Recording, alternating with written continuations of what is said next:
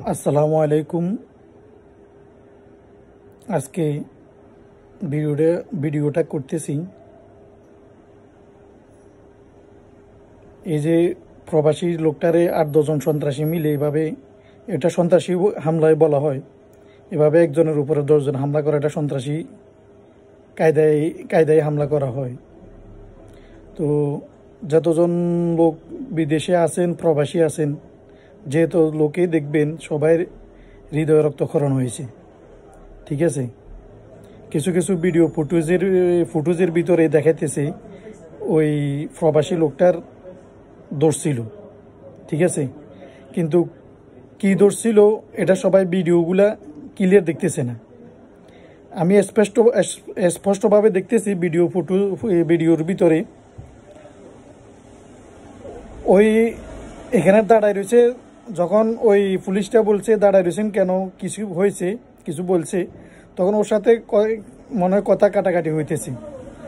ওই হওয়ার টাইমে ওর সাথে মনে ওর বাপ ছিল, ও মুরব্বিটায় দেখবেন ওই মোবাইল নিয়ে ভিডিও করতে চাইছিল।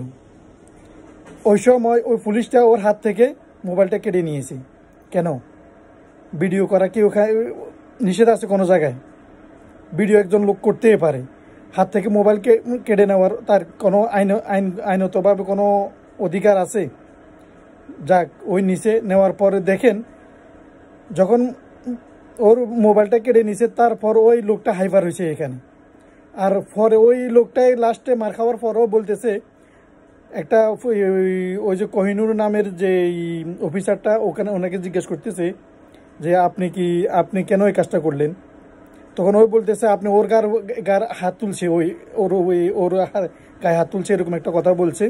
ওর গায়ে হাত তুলছে মানে ওই ভিডিওটা ওর বাবার হাত থেকে মোবাইল কেড়ে নিয়েছে। এটা ক্লিয়ার স্পষ্টভাবে বোঝা যাইতেছে ওখানে। ওই ভিডিওটা ভালো করে সবাই দেখেন। ঠিক আছে, আমরা এটার সুস্থ তদন্ত করে এটার বিচার চাই। ঠিক আছে, 8-10 জন বাহিনী, এরা কি বাহিনী, কেমন বাহিনী? একটা লোকের মারতে 10 জন লোকে এভাবে মারতে পারে? ঠিক আছে, আবার একজন প্রবাসীকে, একটা লোক ইউরোপের থেকে বাংলাদেশে যাইতে 2-3 দিন কি করে জার্নি করতে হয়, তখন তার কি অবস্থা থাকে? না খাওয়া না ঘুমানো ঠিক থাকে না। 3-4 দিন জার্নি করে কি করতে বাংলাদেশে যাইতে হয় ইউরোপের থেকে, তারপরে দেশে যাই এভাবে মার খাইতে হয়। ঠিক আছে, এটা ইতিহাসে হয় না এগুলা। সবাই হৃদয় রক্তক্ষরণ হয়েছে এটার, সব প্রবাসীর। আসসালামু আলাইকুম, সবাই ভিডিওটা দেখেন ক্লিয়ার করে।